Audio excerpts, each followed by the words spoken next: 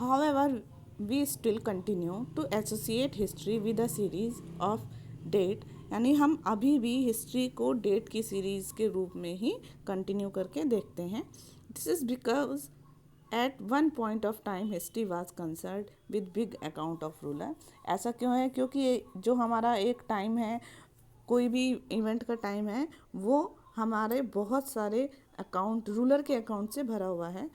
जैसे कि उनके battle, their coronation, their marriage, death and successors, यानी उनके कब वो राजा बने, कब उन्होंने लड़ाई लड़ी, कब उनकी शादी हुई, कब उनके उत्तराधिकारी हुए. इस तरह के बहुत सारी इवेंट्स से हमारा अकाउंट भरा हुआ है. तो हम अंदाज़ा लगा लेते हैं डेट्स के बारे में. For even like this date still hold importance. और इसी तरीके से इवेंट भी डेट की तरह ही बहुत ज़्यादा इम्पोर्टेंट रखते हैं. In history, we have tried to know how people earn their livelihood, what they produce, how the cities developed, and how new ideas develop. और हिस्ट्री के थ्रू हम ये जानने की कोशिश करते हैं कि कैसे लोगों ने अपना लाइवलीहुड अर्न किया, कैसे क्या चीज़ वो प्रोड्यूस करते थे, कैसे सिटी डेवलप्ड हुई, कैसे न्यू न्यू आइडियाज़ आए, and how cultures and society change over span of time. और कैसे सोसाइटी और कल्चर हमारे एक टाइम पीरियड में चेंज हुए. ठीक है बेटा? ओके. नाउ विच डेट्स, किस डेट के बारे में, डेट कैसे हम वो करते हैं decide. Where we certain criteria for making date important. और यहाँ पर एक क्राइटेरिया बहुत ज़्यादा इम्पोर्टेंट रखता है डेट को बनाने का.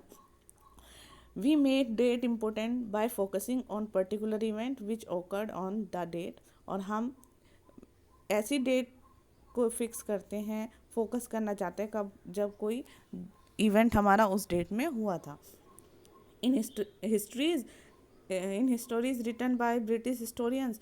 जो ब्रिटिश हिस्टोरियन ने जो हिस्ट्री लिखी उसमें डेट बहुत ज़्यादा इंपॉर्टेंट थी. जैसे कि governor general took over and retired on certain date, कि कब कोई गवर्नर जनरल बना और कब वो रिटायर्ड हो गया. We can cite an example of coronation of Warren Hasting. जैसे कि हम वॉरेन हेस्टिंग के कोरोनेशन का एग्जाम्पल ले सकते हैं. As the first governor general और date of end of the British rule with the last viceroy. यानी जब वो फर्स्ट गवर्नर जनरल बने, उसके वो बहुत ज़्यादा इम्पोर्टेंट रखता है. और कब लास्ट वायसराय हमारे, जैसे लॉर्ड माउंटबेटन थे, वो हमारे लास्ट हमारे गवर्नर जनरल बने, तो ये बहुत ज़्यादा इम्पोर्टेंट रखता है. In between there were several viceroy who succeed. और इन के बीच में, इन दोनों के बीच में बहुत सारे वायसराय बने, जैसे कि वहाँ हमारे Warren Hastings, Wellesley, Bentinck, Dalhousie, Ripon, Curzon and Irwin. ये सारे हमारे लॉर्ड माउंटबेटन से पहले और हमारे वॉरेन हेस्टिंग जो फर्स्ट गवर्नर जनरल थे उनके बीच में बने. These include all dates in history books were related to achievement of important personalities. और जितनी भी डेट है हिस्ट्री में, वो हम जितनी भी हमारी all dates in history books, जितनी भी हिस्ट्री बुक्स में डेट है, वो रिलेटेड है हमारे अचीवमेंट से. किसके? इंपॉर्टेंट पर्सनैलिटीज़ के. यानी जो हमारे महान व्यक्ति हुए, उन्होंने क्या क्या उपलब्धियाँ हासिल की, उससे हमारी ये सारी डेट हमारी रिलेटेड है. When we write it is divide into chapter. और जब हम लिखते हैं तो हम इसको चैप्टर में डिवाइड कर लेते हैं.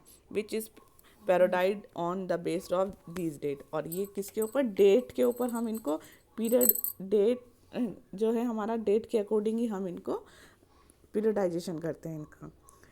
अब a cartographer is a person who makes map. Cartographer कौन होते हैं? कार्टोग्राफर वो व्यक्ति होते हैं जो मैप बनाते हैं. आर्चीव्स वो जगह होती है जहाँ पर मनुस्क्रिप्ट या हम अपने इम्पोर्टेंट डॉक्यूमेंट को प्रिजर्व करके रखते हैं, जैसे like a museum. Okay. Periods in history. History में कैसे पीरियड्स हमारे डिवाइड हुए. अ स्कॉटिश पॉलिटिकल फिलोसफर जेम्स मिल इन 1817 brought out 3 volume work. Scotland के जो हमारे फिलोसफर थे जेम्स मिल, उन्होंने 1817 में हिस्ट्री के 3 वॉल्यूम में वर्क लेकर आए. उन्होंने बुक लिखी a history of British India. Mill ने हिस्ट्री को 3 पार्ट में डिवाइड किया, 3 पीरियड्स में डिवाइडेड किया। पहला हिंदू, दूसरा Muslim and third British. This way of periodization of Indian history were accept widely. और ये जो इंडियन हिस्ट्री का पीरियडाइजेशन था, इसको डिवाइड किया गया था, ये बहुत ज़्यादा पैमाने पर एक्सेप्ट किया गया था। By dividing history into 3 part we demarcate it into chronological order. और ये जो हमारा डिवाइडेशन है हिस्ट्री का, हम इसको क्रोनोलॉजिकल ऑर्डर में रखते हैं, यानी सीक्वेंस में हमारी जो डेट है, इसके बाद ये, इसके बाद ये, इस तरीके से हम इस पीरियड को रखते हैं। James change which took place from one period to another, यानी हम कैसे कि एक पीरियड के बाद जो चेंज आए उसके बाद जो चेंजेस आए, इस तरीके से हम इन पीरियड्स को डिवाइड किया है। James Mill regard Asians as uncivilized. James में एशियंस को अनसिविलाइज्ड कहा है, यानी उन्होंने जो इंडियंस है, एशियन है, उनको अनसिविलाइज्ड कहा है कि ये सारे असभ्य लोग थे। He believe that European were not more civilized than Indian. और उनका मानना था कि जो इंडियन है उनसे ज़्यादा सभ्य लोग हमारे ब्रिटिश हैं, यूरोपियन लोग ज़्यादा सभ्य हैं। India was characterized by regional intolerance, caste hierarchy, ignorance and orthodoxy. और जो भारत हैं, भारत के लोग हैं, इंडिया को किस लक्षण से जाना जाता है? रिलीजियस इंटॉलरेंस के, कास्ट हायरार्की के, इग्नोरेंस और रूढ़िवादी के रूप में जाना जाता है कि ये तो बहुत पिछड़े हुए हैं। James Mill believe that the uncivilised India could be awaked and made happy, कि उनका मानना था कि अनसिविलाइज्ड जो इंडिया के लोग थे वो जागरूक थे और हैप्पी भी थे, हैप्पी बने, उन्हें जागृत किया गया। In Mill's opinion British rule represent progress and civilisation. Mill's का ओपिनियन ये था कि ब्रिटिश जब भारत में आए तो उन्होंने यहाँ पे प्रोग्रेस किया और सिविलाइजेशन को लेकर आया, यानी उन्होंने भारत में प्रोग्रेस के साथ साथ यहाँ के लोगों को सभ्य भी बनाया। The period before British rule was the rule of darkness. और जो ब्रिटिश के आने से पहले का बेटा जो रूल पीरियड था उसको उन्होंने डार्कनेस यानी अंधकार में युग कहा है। क्यों कहा है? क्योंकि उन्होंने ये कहा, उनका ये मानना था कि यहाँ के लोगों को तो कुछ भी नहीं पता है, तो इसलिए उन्होंने वो ये कहा कि यहाँ के लोग अंधकार में थे, उन्हें अच्छे से जीना भी नहीं आता था, किसी तरह की सभ्यता के बारे में नहीं पता था, असभ्य थे वो।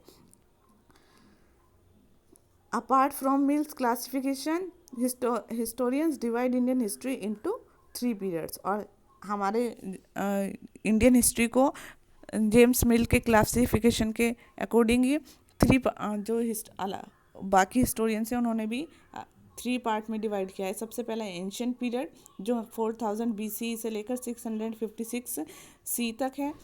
मेडिवल पीरियड जिसमें अफ़गान और मुस्लिम पीरियड के रूप में जाना जाता है, 656 सी से लेकर 1750 सी तक। मॉडर्न पीरियड हमारा आता है ब्रिटिश पीरियड फ्रॉम 1751 से लेकर 1947 तक, या हम इसको कह सकते हैं पोस्ट इंडिपेंडेंस पीरियड। ओके बेटा।